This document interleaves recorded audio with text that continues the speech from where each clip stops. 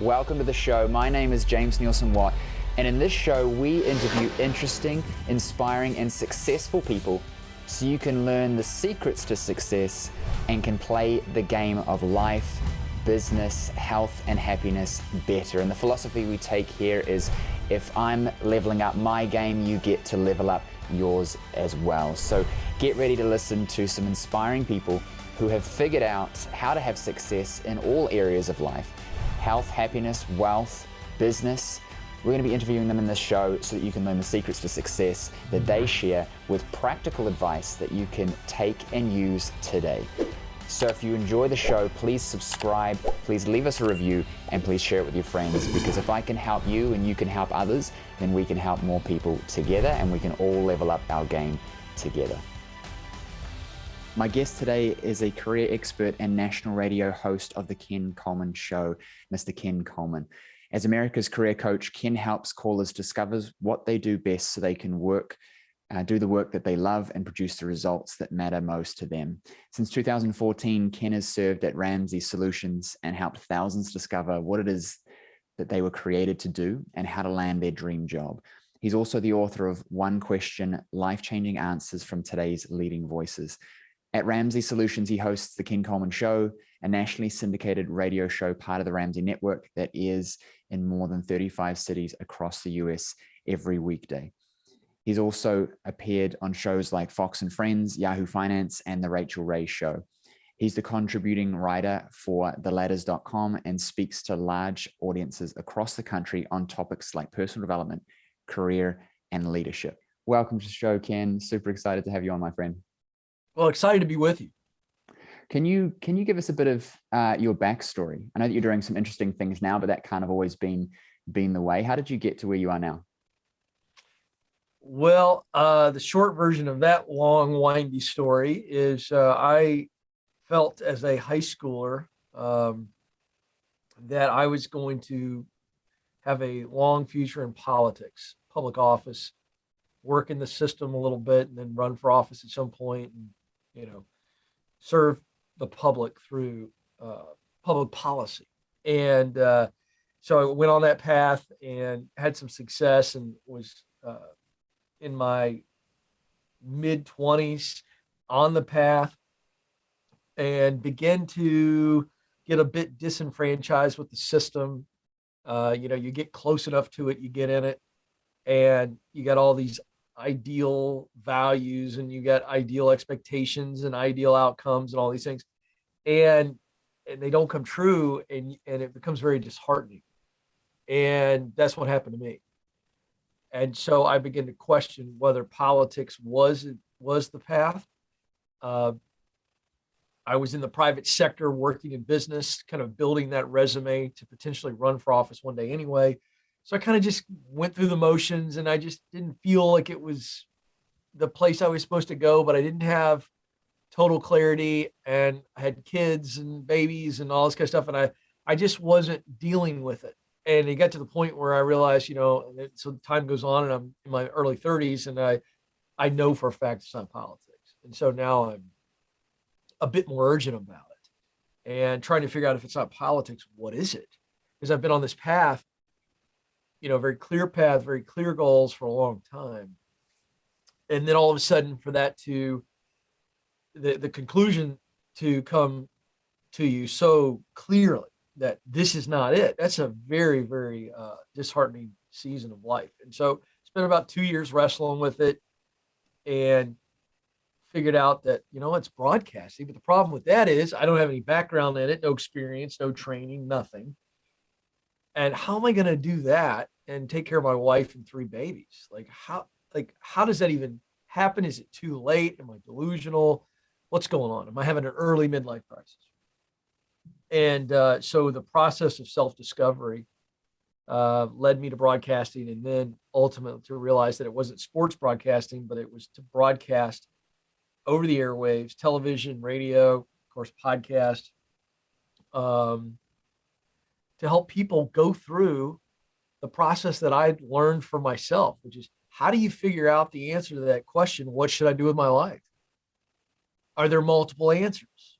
How do you find the answers? And then once you find the answers, what did I learn? What was the process for stepping into something that I wasn't qualified for and working my way through it? So that's how I got where I am today, because that's what ultimately really fires me up, gives me the juice. I'm a teacher at my core, a coach, if you will, and I love coaching adults on this all important subject of purpose. And it's a scary thing for a lot of people. It doesn't have to. Well, we spend so much of our lives doing our quote unquote work, and most of us are unconscious in it, not enjoying it, being dragged down by it, hoping to escape in retirement. The idea of retirement for me is foreign, not just because I enjoy what I do, but also I, from early, have planned to not wait to escape when I'm, I think it's 65 in New Zealand now. Yeah. Can you talk about that a little bit? Because I feel like some of us even find it difficult to recognize that, hey, we're not in the right thing, and even conscious enough to consider looking outside the box. Yeah, I think you're right. And the reason is, to kind of finish that thought and then answer your question, the reason that we're so unconscious of what the possibilities could be is because we've not been taught that work is anything more than just a utilitarian function that creates a paycheck. Like if I went around the streets of New Zealand or any country and I said, I had a camera with me, and I walked up to people and I said, I'm going to hit you with a phrase. I want you to tell me what you think. And I said, you were created to work. And I just put a microphone in front of them. They would be like, what? A lot of really interesting responses. But if I went up to all those same people and I said, I want you to respond to this phrase. And I said, you were created to contribute to this world, to make it a better place, I would suggest to you that the responses would be more uniformed and largely in agreement with that statement. Would you agree with that? Yeah. Isn't that interesting? All I did was change about one word. Created to work? What? What's wrong with you? Created to contribute? Oh yeah, man. And that's the problem, is that the average person sees work as nothing more than something they have to do to get a paycheck to be able to live, as opposed to seeing work as something that I get to do, something that I was created to do, to not only provide for myself or my family, but to contribute to the lives of others, to get enjoyment out of it. And so that's what's going on, is that there is a worldview of work that, based on environment and experience, leads most people to believe in that, let me just get the best job possible. It's got really good pay and benefits, and, really enjoy myself at nights and weekends, and the idea of doing something on purpose in their work, it's very foreign to people. And so it's not top of mind. It's not something they think about, because we're not teaching this. I know in America, we're not teaching this in our education system. But here's what's interesting. You don't have to, I can't speak for New Zealanders, right? But I can tell you this, nobody has to teach an American how to ask the question, why am I here? What should I do with my life? Nobody has to teach us that.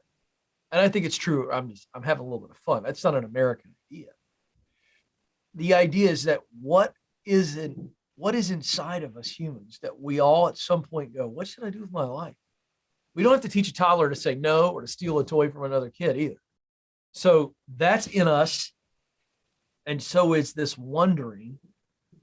And that wonder comes from a place of purpose. We long to know what our contribution is.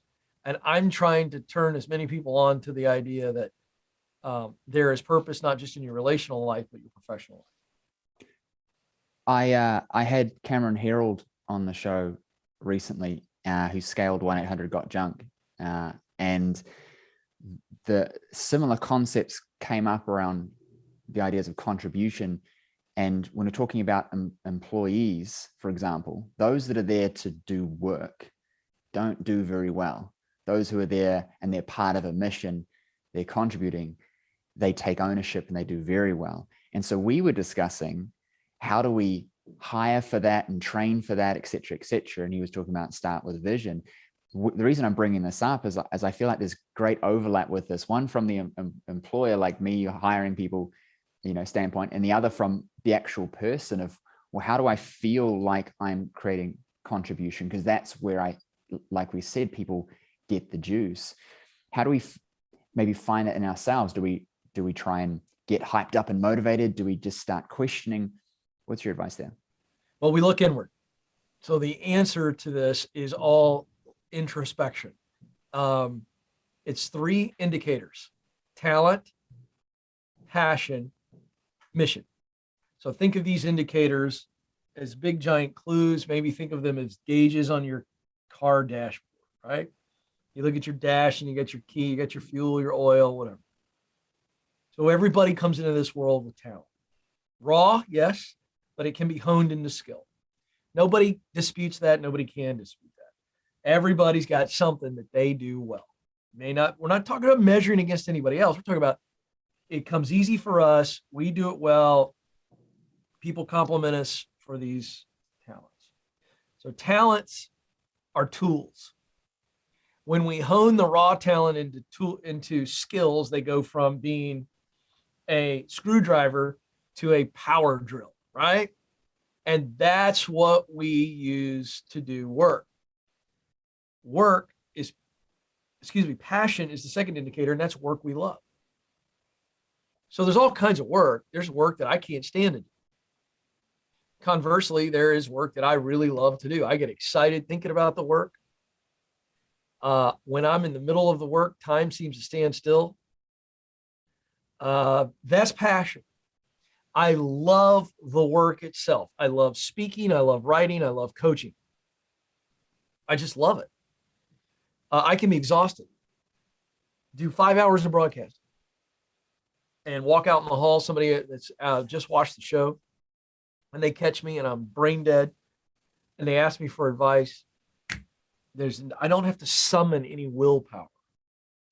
I just love it. And so no matter how I feel or what's going on in my life, I am turned on, got the juice, the light is on, the flame is firing when I'm doing that kind of work. All right, so that's passion. The final indicator is mission. So mission speaks to motivation. So what are the results that I care deeply about? So talent's what I do best. Think of those as the tools. Passion is the work I love, the function, the task, the role. But mission, it speaks to the results that I want to create. So if all work produces results, what are the results that fire me up? I'll give you an example. I had somebody call the Ken Coleman show the other day. He said, "Hey, Ken," he said, "listen, man, I just need a little bit of help because I know what I'm good at. I know what I love to do." Because I really love selling things and connecting with customers and getting them solutions. He goes, "But I'm selling medical devices." And he goes, "Nothing wrong with medical devices, but I don't want to sell medical devices." He goes, "Do you think something's wrong with me?" I go, "No, nothing's wrong with you. It's perfect. What we got to figure out is, what do you want to sell? What product or service fires you up? You care deeply about it because you know the result attached to that." So that's the idea. So now watch what happens. Talent, passion, and mission, all separate. They don't do much for you. But when they align, I use what I do best, talent, to do work I love, passion, to produce results that matter to me, mission. I'm on purpose. I'm in my sweet spot. And they align, and ultimately they kind of turn into an arrow, and they just point us to the world at work, and we can see multiple jobs, career paths, even multiple dream jobs. Because remember, the dream job is ultimately summed up by saying, I use what I do best to do work I love to produce results that matter to me. I mean, imagine getting up every day and going, I'm getting ready to go use what I do best to do work I love to produce results that matter to me. That's as tight as it get. And to be honest with you, no, I've never heard anybody define purpose that way, because I think purpose is this mythical, kind of murky, whatever. And I'm telling you, it's that simple. So when you look inward and you do the self discovery, because you'll notice, by the way, that talent, right? We've got the hard skills, but then we have the people skill side of that. So that's just who we are. But then passion and mission comes down to the heart. So that's what I mean by we look at ourselves for the answers. The jobs, the career paths, all that stuff, we can discover that. We can see that once we know what we're looking for. I've never heard it more clearly defined than that. And as I'm writing it down, it just makes so much sense. Like putting, I'm buying my kids some Lego for Christmas, and when you're looking at building it, you're looking at the formula and then getting the right pieces and sticking them together. And when I'm looking at this, it makes complete sense. So the question I have for you is, what if we have had that? Because a lot of my audience are health professionals running practices, and they had this mission, they have this passion, they have this talent, they like it, and then it starts to wane, or they start to lose the juice, as you said. So what happens when we once had it, but it seems to slip? And is that an indicator that we should be pivoting, or is that an indicator that we need to be doing something different to get it back? Sometimes it's a pivot, and sometimes it's a reset, kind of okay, what's going on? I'll give you an example. So, in fact, I took a call today on the show that was exactly this. Lady called in and she said, Ken, for 18 years, I've been in my dream job, but I've lost the passion for it. My heart's changed, but I don't know where I would go. So I immediately began to ask her, I said, what changed? What specifically has changed? She said, oh, well, I chose my words probably not the right way. What really happened is my heart has been broken by the environment I'm in. I said, great, tell me more. So she goes on to explain she's in this government agency, and she is trying to rehabilitate men and women that have been in prison. And she said, yes, she's been disappointed by some of the people that she's counseled, some of the prisoners and people like that who have not done the right thing and they've blown it. Now they're back in. She's been obviously emboldened and enlivened by people who've done what she's helped them do, and they've made it, they've moved on, and they've been successful in returning to society. She said, it's not that. She goes, because I love the one-on-one interaction with the people, whether they get it or not. She goes, it's the system which doesn't allow me to truly help people the way that I believe I could help. And when she said that, we finally figured out what was going on. So she thought she had lost her passion for that kind of work. She hadn't. She was dealing with tremendous frustration and buildup. So her heart's been covered up by all this frustration. And she's questioning changing everything. In her case, I don't think she needed to change the type of work. She just needs to change the location. So, for instance, instead of this government criminal justice agency, maybe she's moving over here to a nonprofit, right? Or instead of helping criminals here, she's helping people overcome substance abuse in a private setting where there are less limitations, and she can throw herself at those folks and help them, whatever it is. So the point is, sometimes we are just feeling burned out because we're overwhelmed and we've said yes to too much, or we're not taking care of ourselves, and we need to make some changes in our boundaries and in our rhythms and our health. And then that takes care of the issue. Sometimes it's like that lady that I just described, where there are extenuating circumstances that she cannot control that has robbed the joy out of the work. It's taken the joy away. So she needs to change locations. I'm sorry, it's not location. She changes locations, could be a totally different industry, but it's the same type of work. That's what I mean. So, it's like, you don't have to change the work you love, but you have to change the environment in which you are doing it. Mm. That's usually what's going on when somebody says what you just asked me. I've lost the juice. I don't have passion anymore. Well, that's true, but you have to determine what's causing it. And I can tell you that something's covered up the heart from feeling what it used to feel. And once we take care of that, then the passion it's just fired back up.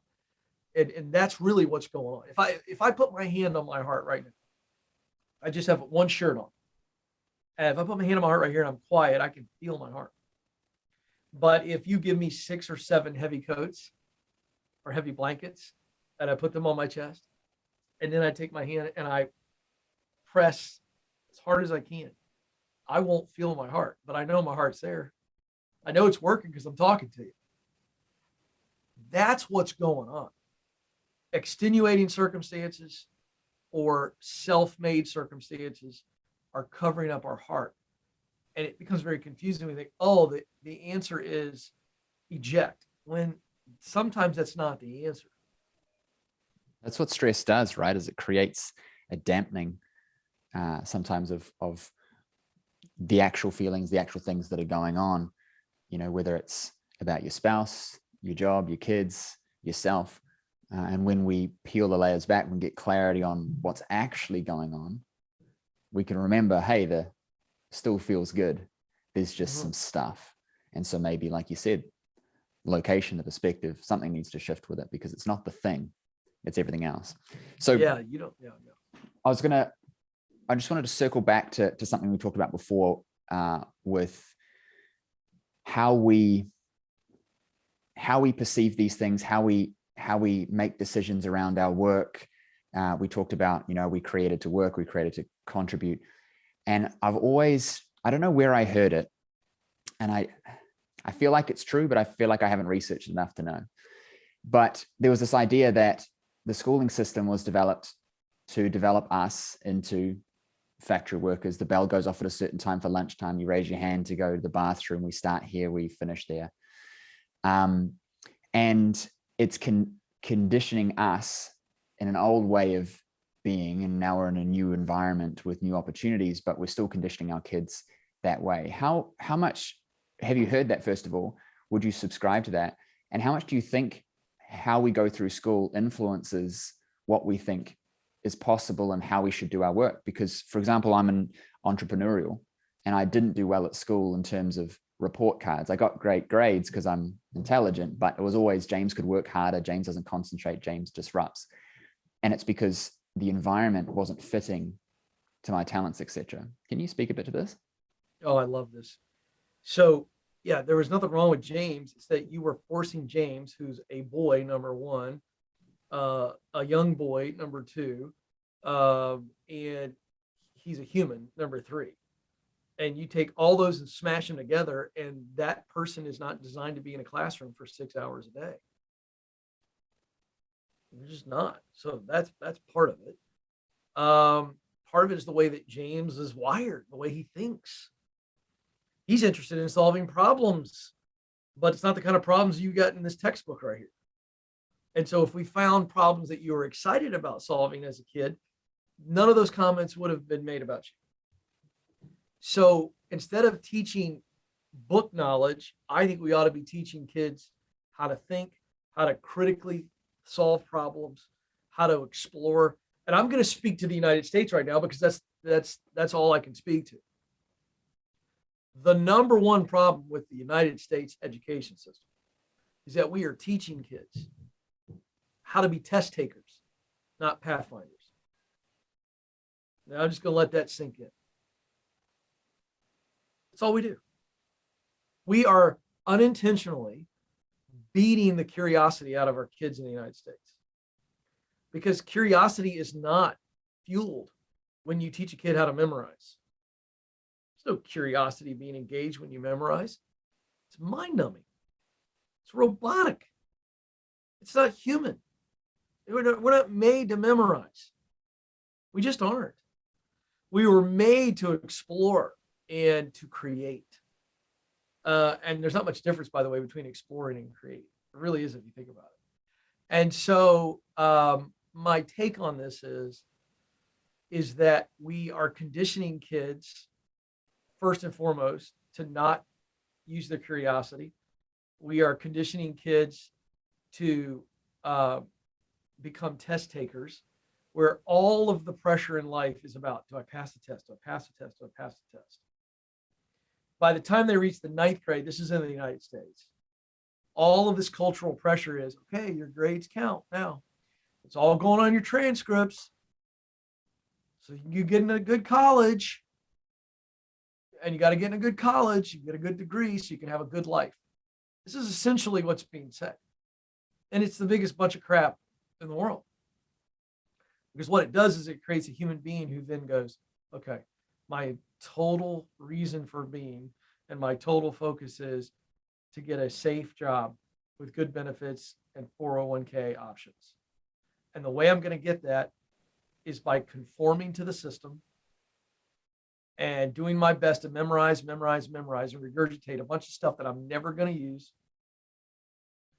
and go to a college I can't afford, take out a loan to pay for something I can't afford. That's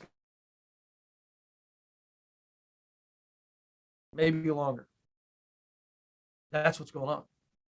And so what's happening is we have people that are wanderers, and we are systemizing the creation of wanderers. They wander from this job to this job, from this major to this major. Well, what did I just fell into this job, fell into this job. And we are beating out of them what they are made to be, which is wanderers. You do not teach a toddler to ask questions. They just ask hundreds of questions a day. They're not trying to be annoying little idiots. They're trying to get to the bottom of it. And yet, by the time we're in the eighth grade, this is American data by the University of Michigan, that the average American is asking 2 to 3 questions a day. That's it. True questions, not, hey, mom, what time's dinner? Okay, so that's a problem. And that speaks to what you're asking. And so then we see work as nothing more than, oh, it's just something I'm supposed to do, not something I'm supposed to love. It's something I'm supposed to do, not a contribution I'm supposed to make. Very different way of looking at things. I have 2 boys, a 10-month-old and a almost 3-year-old. And like you said, you don't have to teach them how to ask questions, but you do have to encourage them to continue to, because it's very easy to squash their dreams. It's very easy to teach them how to stop thinking, stop being annoying, just sit and wait. And I find it very interesting when if you and I was reading some research on this, if you give a child a toy and you show it how it works, you show the child how the toy works and what it's supposed to do, that's all they'll do with it. They will not invent new things because that's how it operates. And if you give a child a toy and say, here you go, they'll figure out what to do with it. My 3-year-old, I'll call him 3, we didn't have any toys, we forgot them, his cars. He loves cars. So our nanny, I told her to draw some cars on a piece of paper and cut them out. And she looked at me like I was crazy. I said, watch this. We cut out pieces of paper with pen-drawn cars, and he was pushing them around, and then they were talking to each other, and they were zooming and crashing and flying, and then he tore them up into little pieces and played with it. And she was surprised. And I said, because we're always encouraging him to figure out what he wants to do with it, not show him what to do, how to do it, when to do it, because it crushes curiosity. And we fall, like you said, into this default of just waiting for the instruction, asking 3 questions, which is terrifying for kids. If, in my opinion, they're asking 3 questions, you know what I mean? Like when you're constantly asking questions, I feel like society ends up the way that is because we don't ask enough questions, but I digress. So yeah. When I'm looking at this, I'm feeling like when we look at the job market, universities, et cetera, and I've had my own levels of success, we tend to elevate in comparison to others and what we think we should be doing. then we acquire more liabilities that require us to work harder to maintain the lifestyle. And so now we have to work more. And so you end up with people climbing ladders and purchasing more stuff that they're now indebted to keep working for. And at some point it all implodes and we say, I'm not happy. I'm reaching here. Do you think there's a correlation with, quote unquote, midlife crisis, when there's this compounding of all of it and we get to a point of saying, what the hell am I doing? Because we're maybe being a little bit more woken up. Our kids are getting older, leaving school. We're looking at, what am I doing? Why am I doing it? Because we've been in this autopilot mode from such a young age. It's exactly what that's. I love that you asked it, because I think that's exactly where the whole concept of a midlife crisis comes from. What it is it's a brush with mortality. It's kind of a check-in, right? So whether that's 35 for some dude or 45 for a woman, who knows? But what's going on there, the crisis is they're searching for themselves, right? You think of the other kind of metaphorical descriptions of that, it's like a guy goes out and buys a sports car. Why? Well, he's trying to feel something again, or he's trying to recapture something. And we call it a midlife crisis. Well, really it is a wake up to, oh, wow, I'm at a certain age, or I've lived this much of my life and something's missing. And I'm going to tell you, there is no doubt in my mind that comes from a place where a person does not sense any professional meaning, or they have broken relationships. I'm just going to tell you, because there's purpose in two major areas of our life, relational and professional. So I'm a husband, I'm a dad, I'm a son, I'm a brother, I'm a nephew, I'm a cousin, I'm a friend, I'm a teammate. That pretty much encompasses all of my relational purpose. That's just what life has given me. Those are my relationship roles, and I have purpose in those. I have a why. I have a reason to engage in those relationships. Professional purpose, if I just show up at work and I do something that I'm good at, but it doesn't fire me up, I don't particularly love it or like it, I'm okay, or I can't stand it, and I have no values connection to the company or to the job or to the results, then I'm going to search for it in other places. And you wake up one day and it all hits you and you go, what am I doing with my life? And so that comes from brokenness in relationships, or a lack of meaning in professional work. And that's where it comes from. There's no question about it. Because again, everybody longs to make a difference in the world. Everybody. Even the sick nuts. There's some sick freaks out in this world. It's a scary place. But even them, in all of their sickness, at some point, they still long for that. Everybody. And that's a pretty wild thing when you think about it.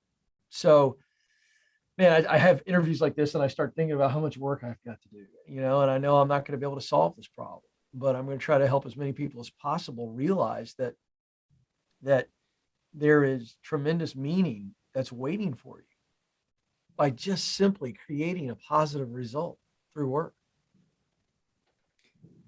Yeah, I like what you said. With everybody has reasons for why they're doing their things, and it comes back to some level of if I've got a belief that I need to blow something up, I feel like I'm contributing to the mission, et cetera, et cetera. So there's always it's just how you see it. And I think that if we understand that underneath everything, as a closer to home example with kids, I think that a lot of parents, we don't look for that or see that in our kids, that their behaviors, their actions, there are feelings behind it, there's needs behind it.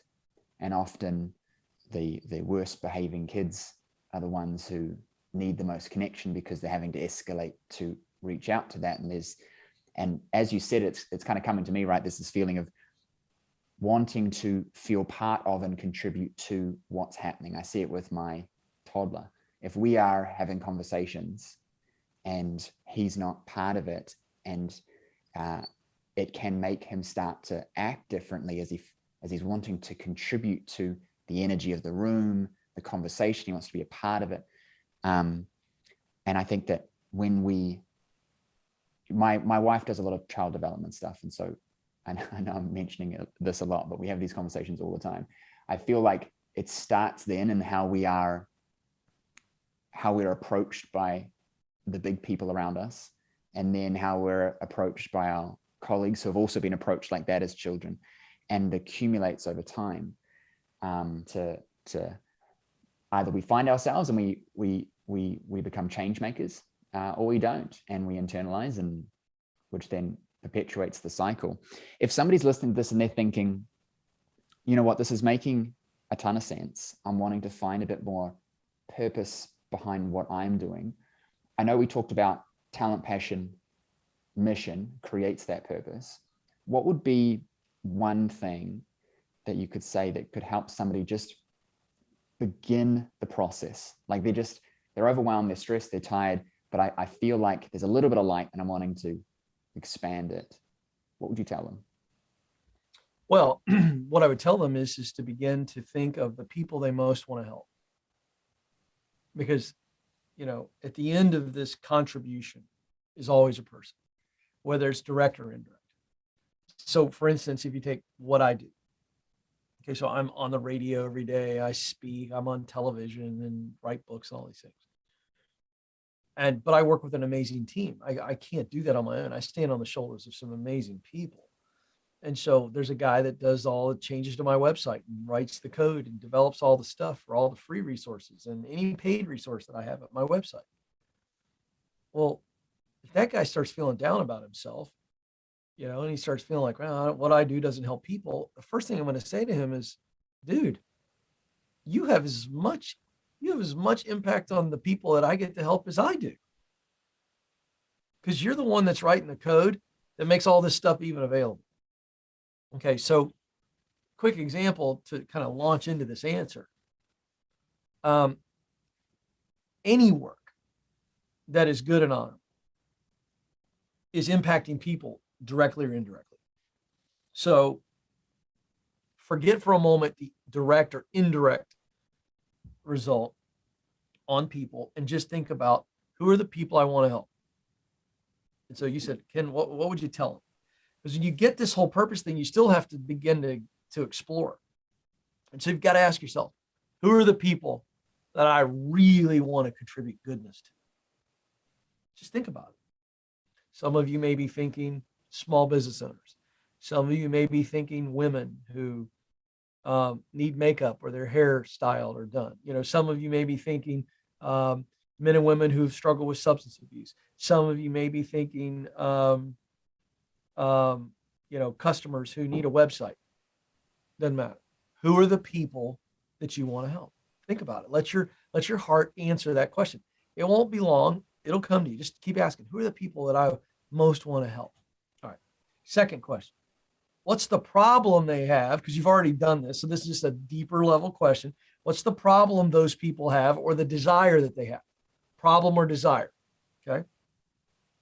And then third question, third level deeper. What are the solutions or what is the solution that I get fired up about providing? Because I've got people, they've got a problem or desire, and I've got a solution, or I'm fired up about a solution or solutions to that problem or desire. That's the exercise. If you want to go from that purpose statement to going, okay, how do I crystallize this and come up with ideas? The ideas come from those three questions: people you want to help, problem you want to solve, solution you want to provide. That could be a small business idea. It could come to you. You're an entrepreneur. At the end of the day, that's what an entrepreneur does, whether they do it consciously or not. An entrepreneur sees a problem, right? Or they see a person. It's either, sometimes at the same time. They go, oh, this person over here struggling with this. That's the problem they have. Oh, I think they can solve it this way. I kind of get excited about that. I think I'm going to start a business. That's entrepreneurialism right there. That is the heart of the entrepreneur. I see a problem. I see a solution. And I'm pretty excited about that solution. So those three questions is what I would give to anybody in your audience on that, because that's going to lead you to specific ideas. And then the last piece of that is, as you begin to get the ideas, because inevitably you do that exercise, you're going to come up with multiple ideas. And then I get that call all the time. Ken, I got multiple ideas. Which way do I go? Get all the ideas out. Make sure they're in your sweet spot, that combination of talent, passion, and mission. Verify that. Okay, yeah. Allows me to do what I do best. Allows me to do work I love. Allows me to produce results that matter. Great. Okay, I still got 3 here. I got rid of 2, but I got 3, Ken. What do I do? And I think ultimately you want to spend some time with people that do that kind of work. Shadow them, talk to them, get around them, watch it, do research. And as you do that, that's the process of clarifying and verifying. So I get the knowledge, the logical, I can examine all 3, taste them, smell them, see them. And as I do that, my heart will reveal a clear winner. That's clarify and verify. You always got to listen to the heart. I tell callers this all the time. If I could give, you know what, this is a little thing I didn't plan to say it, but I'm going to say it. If there's anything you hear from me this whole podcast, you don't listen to anything else I say, hear this. The most difficult and tension-filled wrestling match that happens in our lives is the wrestling match between our head and our heart. Because our head is the logical computer, our brain. Our brain is a logical computer and it's designed to protect us, right? Fight or flight. It's the amygdala in the back of the head. Do your research if you've never heard that before. Okay, you've heard it called the lizard brain. And so that's an actual mechanism of our brain, and logic leads us to fight or flight. And so the brain will just do all kinds of crazy things and play tricks on us because of our thoughts. And so you've got to do your logical research. But as you're doing your logical research, you must be open to listening to your heart. Because your heart will go, yes, yes. This is it. This is the one. And your brain's going to go, oh, it takes a lot of time and money. There's a lot of risk. Oh, don't do that. And if we're not careful, we'll listen to that. And there's this wrestling match. And the brain must be told to shut up once it's done its logical research. All right. Anything that I'm looking at doing, if it's not feeling good, or if I'm feeling good about it, but my brain's telling me other things, I often will not listen to my head, because I've realized that our brains are not very good at risk assessment. They're just very good at stopping us from doing anything, because there's perceived safety in doing nothing. The irony is that half of us will burn to death in a building because we're scared about potentially having bears outside. There's no proof, but you'll stay in the building. Listen, I say this all the time. We as humans would rather be miserable than uncomfortable. Because the misery I know, and the misery I can cope with. The uncomfortable, that's got all kinds of unknowns attached to it. I can't deal with that. And that's exactly what you're talking about. It is striking. It is alarming that we are so comfortable with the miserable. Yeah. But I guess so uncomfortable with the unknown. I guess if I'm miserable, but I'm coping, the idea of adding in potential risk to make it worse scares most of us into not doing anything and just staying there, which is why there's such a small portion of people who achieve big things, or even not even big things, but just like level up, because most of us will just hang out in misery. And then we wonder why, and we blame and we point, and you say it's easy for you and this, and it's unfair. But then we all just sit in our misery. We rationalize it to death, make all kinds of wonderful excuses because they sound like this. I had a wife and 3 kids, had a mortgage, got to take care of the family. That sounds really noble. Ken, you are such a good guy. You said no to your dreams, and you're basically just trying to get by, and you're just living in a shell of who you really are because you had to keep that one paycheck to take care of your kids and your wife. Good. You are a noble man, sir. It's the biggest bunch of crap I've ever heard in my life. Because here's what I'm going to tell you something. When you're not living on purpose, I'm going to speak to dudes here. All right. I'm speaking to men.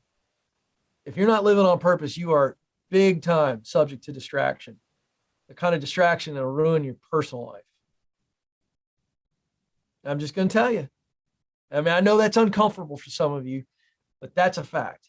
Because when you are on purpose in your professional life, watch how on purpose you are in your personal life and vice versa. Listen, I've had some tremendous success.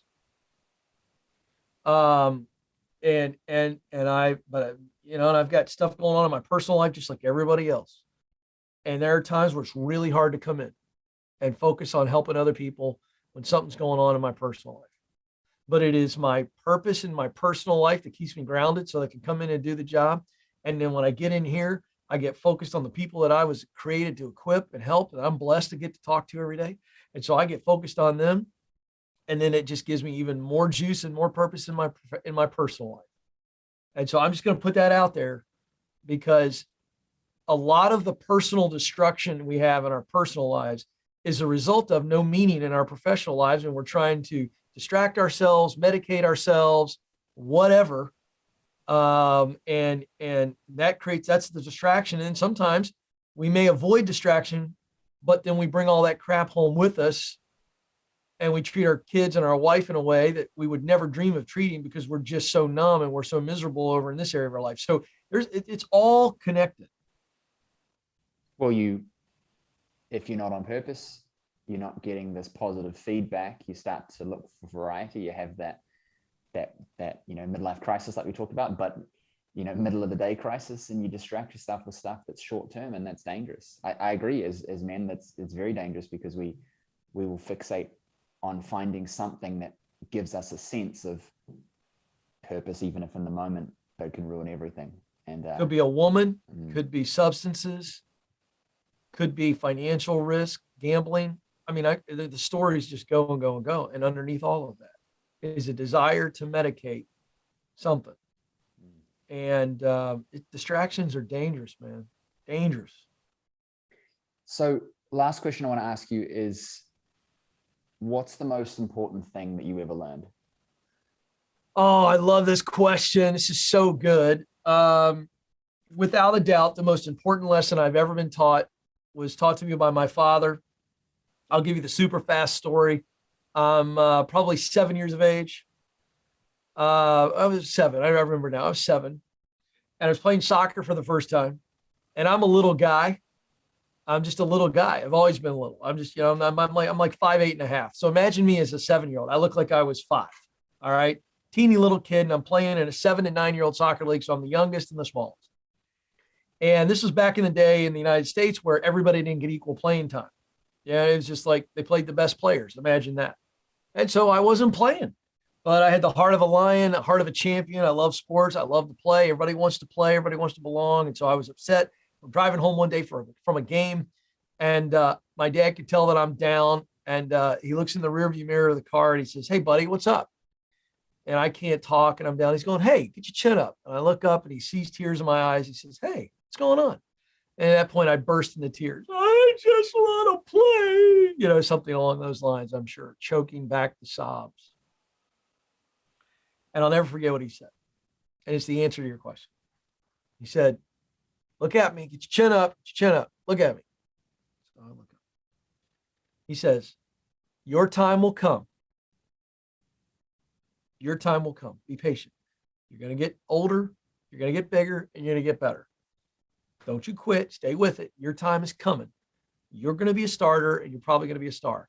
2 years later, I led that very same league in scoring and made the all-star select travel team. That message stuck with me throughout my life.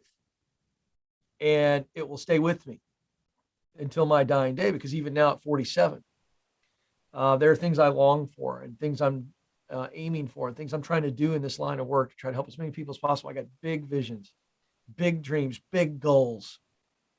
And sometimes I get impatient, and I have to remind myself of those 4 powerful words: your time will come. And the message behind those 4 words is the value: patience. We think patience is a passive discipline, and it is not. Because the idea of patience is, well, I'm just sitting here waiting. And that's not patience.